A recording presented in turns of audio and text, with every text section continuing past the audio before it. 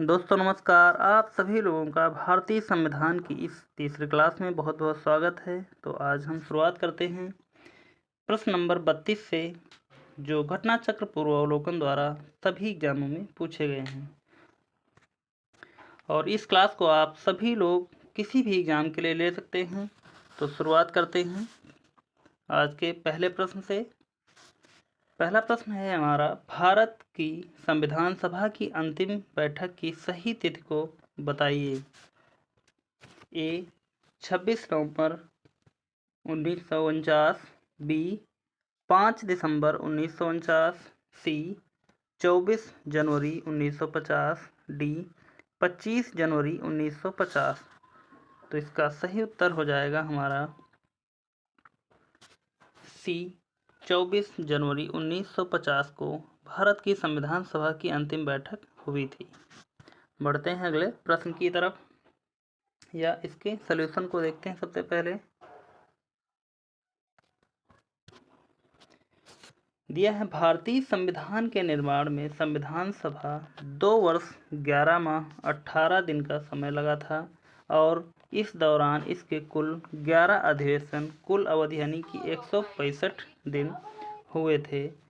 11वें अधिवेशन के अंतिम दिन 26 नवंबर 1949 को अंगीकृत किया गया था।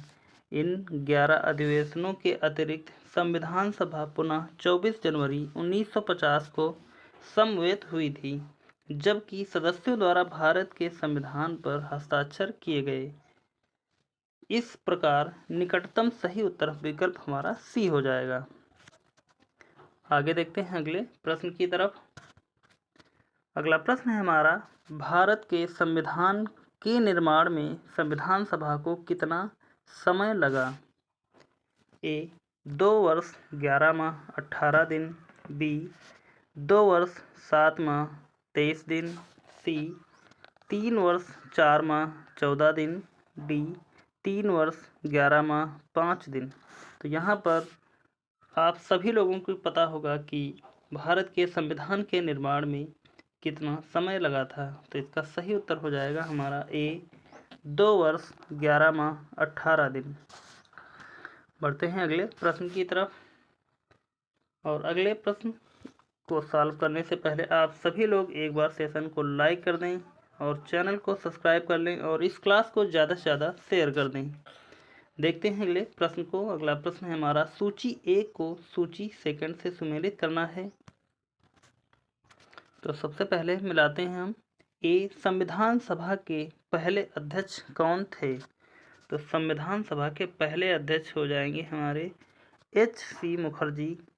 और दूसरा है बी प्रारूप समिति के मूलतः एकमात्र कांग्रेसी सदस्य थे।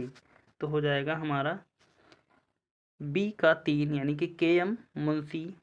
और सी का देखें, राजस्थान की रियासतों का प्रतिनिधित्व करने वाले संविधान सभा के सदस्य। तो इसका सही उत्तर हो जाएगा हमारा सी का 1 V.T. कृष्णामाचारी। और संघ संविधान समिति के अध्यक्ष ये हो जाएंगे हमारे जवाहरलाल नेहरू, कांग्रेसी सदस्य। तो यहाँ पर इस प्रकार ऑप्शन के अनुसार देखें तो हमारा सही उत्तर हो जाएगा बी ए का 4, बी का 3, सी का 1 और डी का 2। बढ़ते हैं अगले प्रश्न की तरफ। यहाँ पर आप पहले देख सकते हैं इसके सही सुमेल को। संविधान सभा के पहले उपाध्यक्ष कौन थे। H.C. मुखर्जी। प्रारूप समिति के मूलतः एकमात्र कांग्रेसी सदस्य K.M. मुंशी। राजस्थान की रियासतों का प्रतिनिधित्व करने वाले संविधान सभा के सदस्य हो जाएगा हमारा V.T. कृष्णामाचारी।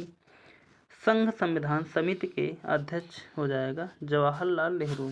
और जहाँ पर आप संघ शब्द का प्रयोग देखें वहाँ पर 90% चांस होते हैं कि जवाहरलाल नेहरू हमारा उत्तर सही होगा। नोट में देखते हैं, संविधान सभा के पहले अस्थायी उपाध्यक्ष फ्रैंक एंथनी थे, जिन्हें 9 दिसंबर 1946 को अस्थायी अध्यक्ष सच्चिदानंद सिन्हा द्वारा नामित किया गया था। H.C. मुखर्जी संविधान सभा के पहले स्थायी उपाध्यक्ष थे। बढ़ते हैं अगले प्रश्न की तरफ। भारतीय संविधान के निर्माण के समय संवैधानिक सलाहकार कौन थे? A. Doctor B.R. Ambedkar, B. Doctor Rajendra Prasad, C. B.N. Rao, D. K.M. Munshi. यहाँ पर इसका सही उत्तर बताना है हमको कि भारतीय संविधान के निर्माण के समय संवैधानिक सलाहकार कौन थे। तो इसका सही उत्तर हो जाएगा हमारा सी. B.N. राव। आगे देखते हैं इसके सॉल्यूशन को। भारतीय संविधान के निर्माण के समय बेनेगल नरसिंह राव यानी कि B.N. राव को संविधान सलाहकार नियुक्त किया गया था। अगला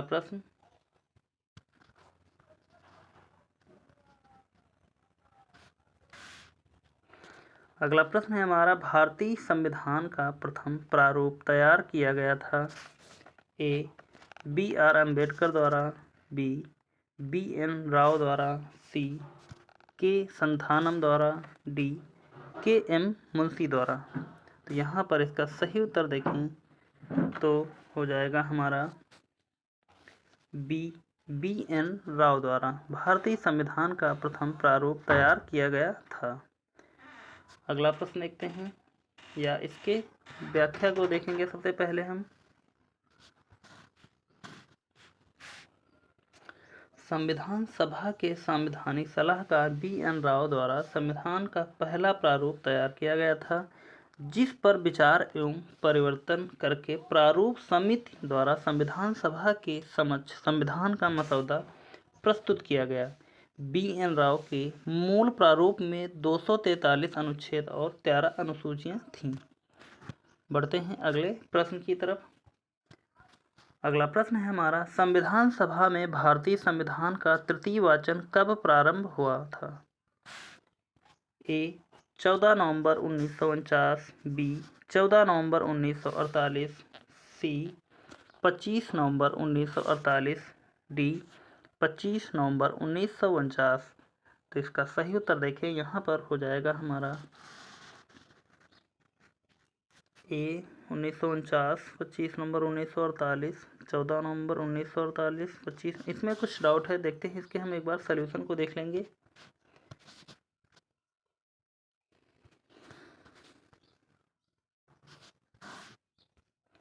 भारतीय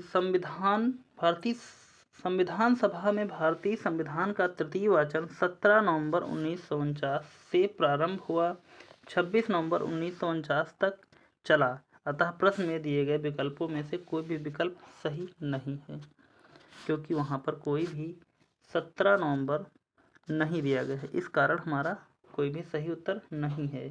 बढ़ते हैं अगले प्रश्न की तरफ। अगला प्रश्न है हमारा, भारत का संविधान पूर्ण रूप से तैयार हुआ था। कब तैयार हुआ था देखते हैं। ए. जनवरी 26, 1950, 11 फरवरी 1948, बी. 26 नवंबर 1949, डी. इनमें से कोई नहीं। तो यहाँ पर अगर सही उत्तर देखा जाए कि भारत का संविधान पूर्ण रूप से तैयार हुआ था, तो इसका सही उत्तर हो जाएगा हमारा सी. 11 फरवरी 1948 को। देखते हैं इसकी व्याख्या को एक बार।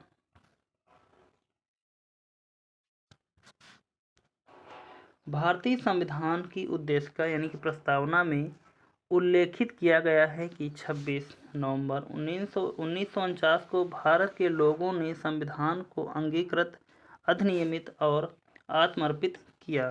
संविधान को अपनाने, उसके पूर्ण होने, पारित होने तथा इसको अंतिम रूप देने की तारीख भी 26 नवंबर 1949 को ही माना जाता है। इसी दिन नागरिकता, अंतःकालीन संसद, अस्थायी और असंक्रमणकालीन उपबंध लागू हो गए। तथापि संविधान के शेष उपबंध जनवरी 26, 1950 से प्रभावी हुए। अतः संविधान के पूर्ण रूप से लागू होने तथा पूर्ण रूप से क्रियान्वित होने की तिथि के रूप में 26 जनवरी 1950 को ग्रहण करते हैं। तो यहाँ पर हमने देखा है इसके सॉल्यूशन को, और बढ़ते हैं अगले प्रश्न की तरफ। अगला प्रश्न है हमारा, भारतीय संविधान को संविधान सभा द्वारा अंगीकृत किया गया। ए 26 नवंबर 1949 को, बी 15 अगस्त 1949 को, सी 2 अक्टूबर 1949 को, डी 15 नवंबर 1949 को। तो यहाँ पर सही उत्तर क्या हो जाएगा, देखते हैं इसके हम सही उत्तर को।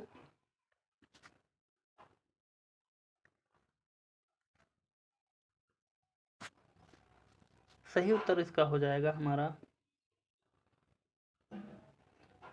ए 26 नवंबर 1949 को भारतीय संविधान को संविधान सभा द्वारा अंगीकृत किया गया। आगे बढ़ते हैं अगले प्रश्न की तरफ।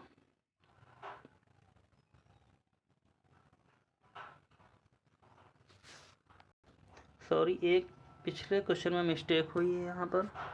यहाँ पर 38 नंबर क्वेश्चन का जो आंसर था हमारा वह था बी 26 नवंबर 1949 को। वहाँ मिस्टेक यानी कि गलती हुई है, इस कारण हम बी यानी कि सी ऑप्शन को लगा दिए हैं। यहाँ पर हमारा सही उत्तर हो जाएगा बी 26 नवंबर 1949 को भारत का संविधान पूर्ण रूप से तैयार हुआ था। आगे बढ़ते हैं। अगला प्रश्न है हमारा, संविधान सभा द्वारा भारतीय संविधान को स्वीकृत किया गया था। ए 15 अगस्त 1947 को, बी 30 जून 1948 को, सी 26 नवंबर 1949 को, डी 26 जनवरी 1950 को। तो यहाँ पर इसका सही उत्तर देखें तो हो जाएगा हमारा सी 26 नवंबर 1949 को संविधान सभा द्वारा भारतीय संविधान को स्वीकृत किया गया था। आगे देखते हैं अगले प्रश्न की तरफ। अगला प्रश्न है हमारा, भारतीय संविधान किस तिथि को अपनाया गया। ए 26 जनवरी 1950 को, बी 26 नवंबर 1949 को, सी 26 जनवरी 1949 को, डी 15 जुलाई 1947 को। तो यहाँ इसका सही उत्तर बताना है हमको। तो देखते हैं इसके सही उत्तर को। तो हो जाएगा हमारा, भारत का संविधान किस तिथि को अपनाया गया, तो हो जाएगा हमारा 26 जनवरी या 26 नवंबर 1949 को अपनाया गया या अंगीकृत किया गया। दो प्रश्न बनते हैं, अपनाया गया या अंगीकृत किया गया। आगे बढ़ते हैं अगले प्रश्न की तरफ। भारतीय संविधान कब लागू हुआ था। ए 26 जनवरी 1950 को, बी 23 जनवरी 1950 को, सी 15 अगस्त 1947 को, डी 26 दिसंबर 1949 को। तो यहाँ पर इसका सही उत्तर देखा जाए तो हो जाएगा हमारा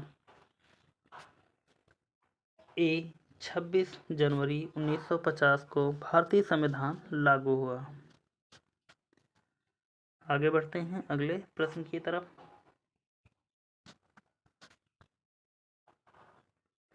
संविधान को 26 जनवरी के दिन लागू करने का निर्णय इसलिए किया गया क्योंकि ए कांग्रेस ने इस तिथि को 1930 में स्वतंत्रता दिवस के रूप में मनाया था, बी इस तिथि को 1942 में भारत छोड़ो आंदोलन प्रारंभ किया गया था, सी यह एक शुभ दिन था, डी उपर्युक्त में से कोई नहीं। यहाँ पर बताना है हमको कि संविधान को 26 जनवरी के दिन लागू करने का निर्णय क्यों लिया गया था। तो सही उत्तर हो जाएगा हमारा ए कांग्रेस ने इस तिथि को 1930 में स्वतंत्रता दिवस के रूप में मनाया था। यही सबसे बड़ा कारण था कि संविधान को 26 जनवरी के दिन लागू किया गया था। आगे बढ़ते हैं अगले प्रश्न की तरफ।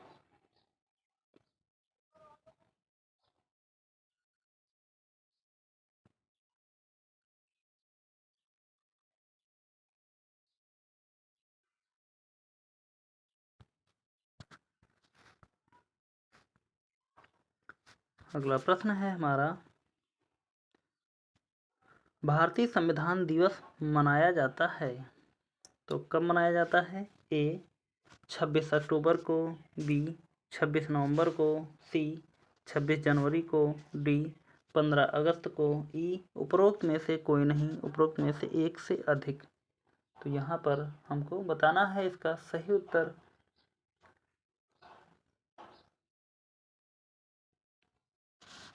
तो सही उत्तर हो जाएगा हमारा बी 26 नवंबर भारतीय संविधान दिवस मनाया जाता है।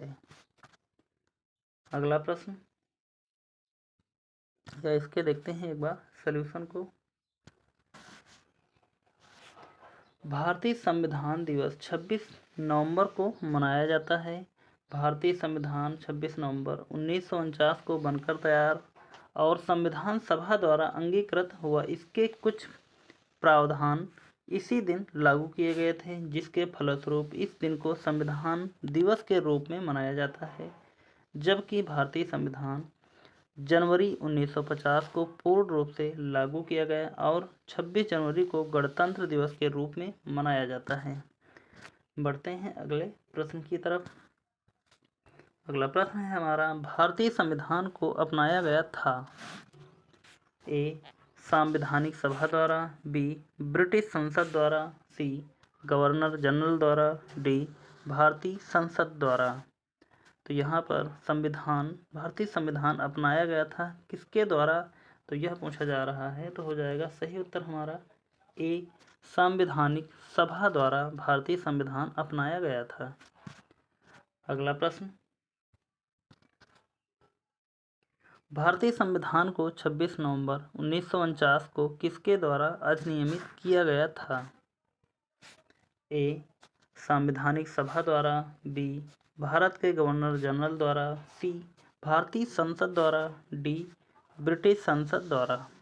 तो यहाँ पर सही उत्तर इसका देखें तो हो जाएगा हमारा ए संविधान सभा द्वारा भारतीय संविधान को 26 नवंबर 1949 को अधिनियमित किया गया था। आगे बढ़ते हैं, देखते हैं अगले प्रश्न को। अगला प्रश्न है हमारा, भारत का संविधान अंगीकृत एवं अधिनियमित हुआ था। ए 26 जनवरी 1950 को, बी फरवरी 11 1948 को, सी 26 नवंबर 1949 को, डी उपरोक्त में से किसी तिथि को नहीं। तो यहाँ पर इसका सही उत्तर देखा जाए तो हो जाएगा हमारे पास सी 26 नवंबर 1949 को भारत का संविधान अंगीकृत एवं अधिनियमित हुआ था। आगे बढ़ते हैं अगले प्रश्न की तरफ। बी आर अम्बेडकर का संविधान सभा में निर्वाचन हुआ था। ए पश्चिमी बंगाल से, बी बम्बई प्रेसिडेंसी से। तो यहाँ इस क्वेश्चन में सिर्फ दो ही ऑप्शन हैं और दो ही ऑप्शन के अनुसार सही उत्तर हो जाएगा हमारा बी आर अम्बेडकर का संविधान सभा में निर्वाचन बम्बई प्रेसिडेंसी से हुआ था। पहले इनका बम्बई से नहीं हुआ था और बाद में इन्हें यहाँ दिया गया। जो पहले था वह बंगाल में पड़ता था, जो क्षेत्र बांग्लादेश के बंटवारे में उसमें चला गया था। तो बाद में यह बम्बई प्रेसिडेंसी से लड़े थे। आगे बढ़ते हैं, देखते हैं इसके सॉल्यूशन को एक बार।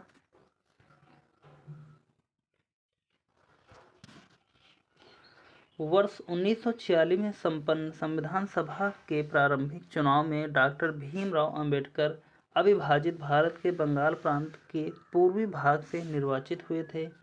बाद में यह क्षेत्र पाकिस्तान में चले जाने के कारण डॉक्टर अंबेडकर भारतीय गणराज्य के बम्बई प्रेसिडेंसी के पूना संसदीय क्षेत्र से उपचुनाव में निर्वाचित होकर भारतीय संविधान सभा में सम्मिलित हुए।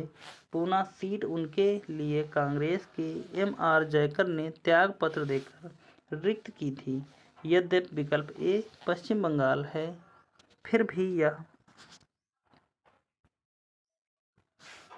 अभीष्ट विकल्प नहीं हो सकता, क्योंकि डॉक्टर अंबेडकर पूर्वी बंगाल से प्रथमतः निर्वाचित हुए थे अंततः उन्हें बम्बई प्रेसिडेंसी से निर्वाचित सदस्य के रूप में संविधान सभा में कार्य किया गया था। अतः स्पष्ट है कि उत्तर भेट हमारा विकल्प बी सही हो जाएगा। आगे बढ़ते हैं अगले प्रश्न की तरफ। डॉक्टर भीमराव अंबेडकर का जन्म और मृत्यु कब हुई? तो सबसे पहले हमको जन्म की तारीख पता होनी चाहिए। तो हम ऑप्शन के अनुसार जा सकते हैं। यहाँ पर डॉक्टर भीमराव अंबेडकर का जन्म 1891 ईस्वी में हुआ था। और 1891 अगर देखें तो सबसे पहले 1891 हमारा मिल जाएगा बी वाले ऑप्शन में। तो हमारा यह तो कट जाएगा। और मृत्यु अगर देखें हम तो हो जाएगी हमारी 1800 या नहीं 1956 ईस्वी में। तो यहाँ पर इसका सही उत्तर हमारा निकल कर आ जाएगा बी। और यह हमारे कट जाएंगे। 1891 में जन्म हुआ और 1956 में भीमराव अंबेडकर की मृत्यु हुई। आगे बढ़ते हैं अगले प्रश्न या इनके सॉल्यूशन को देखते हैं।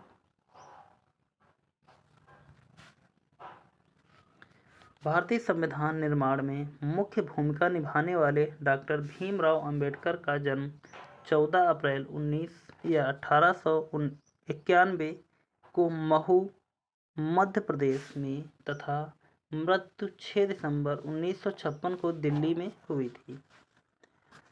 आगे बढ़ते हैं अगले प्रश्न की तरफ। अगला प्रश्न है हमारा, निम्नलिखित कथनों पर विचार कीजिए। तो यहाँ पर दो कथन दिए हैं और उनमें से हमको दोनों कथनों को देखना है कि कौन सा इसमें सत्य है। नंबर 1 दिया है, तृतीय गोलमेज सम्मेलन के विचार विमर्श की परिणति भारत सरकार अधिनियम 1935 के पारित होने के रूप में हुई थी। तो यहाँ पर पहला क्वेश्चन तो यानी कि पहला ऑप्शन तो हमारा सही है कथन। नंबर 2 कथन देखते हैं, भारत सरकार अधिनियम 1935 ने ब्रिटिश भारत के सूबों और भारतीय रियासतों के एक संघ पर आधारित ऑल इंडिया फेडरेशन के गठन का उपबंध किया था। तो यह भी हमारा बिल्कुल सही है। तो इस प्रकार हमारे दोनों कथन सही हो जाएंगे। तो सही उत्तर निकल कर आ जाएगा हमारा सी, 1 और 2 दोनों। आगे देखते हैं अगले प्रश्न को। नीचे 2 वक्तव्य हैं यानी कि कथन ए, भारत का संविधान देश की आवश्यकताओं की पूर्ति करता है।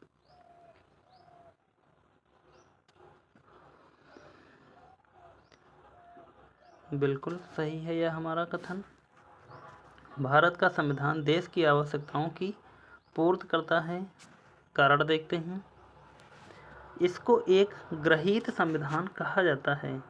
तो कारण भी हमारा बिल्कुल सही हो जाएगा। तो इस प्रकार कथन और कारण हमारे दोनों सही हैं और कारण कथन की सही व्याख्या करता है या स्पष्टीकरण करता है। जैसे कि आप पहले कह सकते हैं कि इसको एक गृहीत संविधान कहा जाता है क्योंकि भारत का संविधान देश की आवश्यकताओं की पूर्ति करता है। बढ़ते हैं अगले प्रश्न की तरफ या इसके सॉल्यूशन को देखते हैं पहले। भारत का संविधान देश की आवश्यकताओं की पूर्ति करने में पूर्णतः सक्षम है तथा भावी आवश्यकताओं के मद्देनज़र इसमें संशोधन संबंधी प्रावधान भी है। दूसरी ओर इसमें विभिन्न देशों के संविधानों से तथ्य एवं विचार ग्रहण किए गए हैं, अतः इसे एक गृहीत संविधान भी कहा जाता है। इस प्रकार कथन एवं कारण दोनों सही हैं, परंतु कारण कथन का सही स्पष्टीकरण नहीं है। आगे देखते हैं अगले प्रश्न की तरफ। संविधान सभा में वयस्क मताधिकार को 15 वर्ष के लिए स्थगित करने की बात की थी।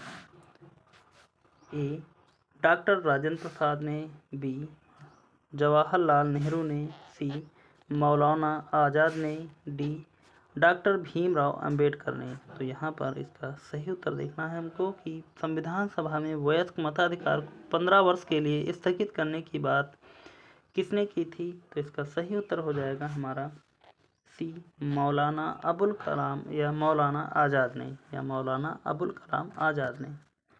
अगला प्रश्न या इसके सॉल्यूशन को देखेंगे सबसे पहले हम। संविधान सभा में वयस्क मताधिकार पर बहस के दौरान मौलाना अबुल कलाम आज़ाद ने वयस्क मताधिकार को 15 वर्ष के लिए स्थगित करने की वकालत की थी, किंतु डॉक्टर राजेंद्र प्रसाद एवं पंडित जवाहरलाल नेहरू ने जोरदार ढंग से इसे अपनाने के लिए इसका समर्थन किया था। आगे बढ़ते हैं अगले प्रश्न की तरफ। अगला प्रश्न है हमारा, निम्नलिखित में से किसने सुझाव दिया था कि भारत की स्वतंत्रता के बाद भारतीय राष्ट्रीय कांग्रेस को एक राजनैतिक दल के रूप में भंग कर दिया जाना चाहिए?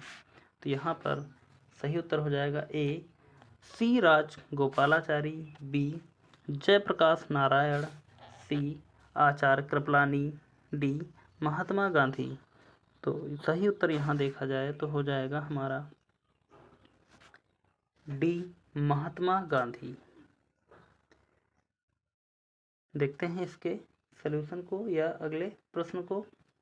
अगला प्रश्न है हमारा, निम्नलिखित में से किसने कहा था एक संविधान एक मशीन की तरह बेजान चीज है, इसमें वे लोग जीवन फूंकते हैं जो इसका नियंत्रण करते हैं, भारत में बस कुछ ईमानदार लोगों की आवश्यकता है जिनके लिए राष्ट्रहित ही सर्वोपरि है।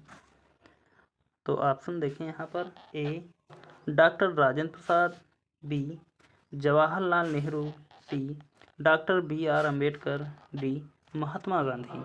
तो यहाँ पर देखते हैं पढ़कर एक बार इस कथन को हम कि यह किसने कहा था, एक संविधान एक मशीन की तरह बेजान चीज है, इसमें वे लोग जीवन फूंकते हैं जो इसका नियंत्रण करते हैं, भारत में बस कुछ ईमानदार लोगों की आवश्यकता है जिनके लिए राष्ट्र सर्वोपरि है। तो यह कथन अगर देखें तो हो जाएगा हमारा ए, डॉक्टर राजेंद्र प्रसाद ने कहा था। देखते हैं इसके सॉल्यूशन को। प्रश्नगत कथन, संविधान सभा के अध्यक्ष और भारत के प्रथम राष्ट्रपति डॉक्टर राजेंद्र प्रसाद का है। यह कथन 26 नवंबर 1949 को भारतीय संविधान को अपनाए जाते समय दिए गए उनके वक्तव्य का अंश है। अगला प्रश्न है हमारा, अपनी राष्ट्रवादी प्रतिक्रिया में भारतीय संविधान के निर्माताओं ने अल्पसंख्यकों के हितों तथा भावनाओं के महत्व को कम करके आंका है, यह कथन है। तो यह कथन देखते हैं किसका है, ए मोरिस जोन्स का, बी हार्डग्रेव जूनियर का, सी अलेक्जेंड्रोविच का, डी आइवर जेनिंग्स का। तो यहाँ पर सही उत्तर देखा जाए तो हो जाएगा हमारा डी आइवर जेनिंग्स का। अगला प्रश्न देखते हैं या इसके सॉल्यूशन को देखेंगे सबसे पहले हम। प्रस्तुत कथन आइवर जेनिंग्स का है। उनका मानना था कि भारतीय संविधान निर्माताओं ने भारतीय संघ में अल्पसंख्यक हितों और भावनाओं के महत्व को न्यूनतम रखने का प्रयास किया है। आगे बढ़ते हैं अगले प्रश्न को देखेंगे। अगला प्रश्न है हमारा, किसने कहा था संविधान सभा कांग्रेस थी और कांग्रेस भारत था? ए ऑस्टिन ने, बी CR एटली ने, सी विंस्टन चर्चिल ने, डी लॉर्ड माउंटबेटन ने। तो यहाँ पर सही उत्तर हो जाएगा इसका हो जाएगा हमारा ए ऑस्टिन ने। देखेंगे इसके सॉल्यूशन को एक बार। संविधान सभा कांग्रेस थी और कांग्रेस भारत था, यह वक्तव्य पद्मश्री पुरस्कार प्राप्त इतिहासकार ग्रैनविले ऑस्टिन का था।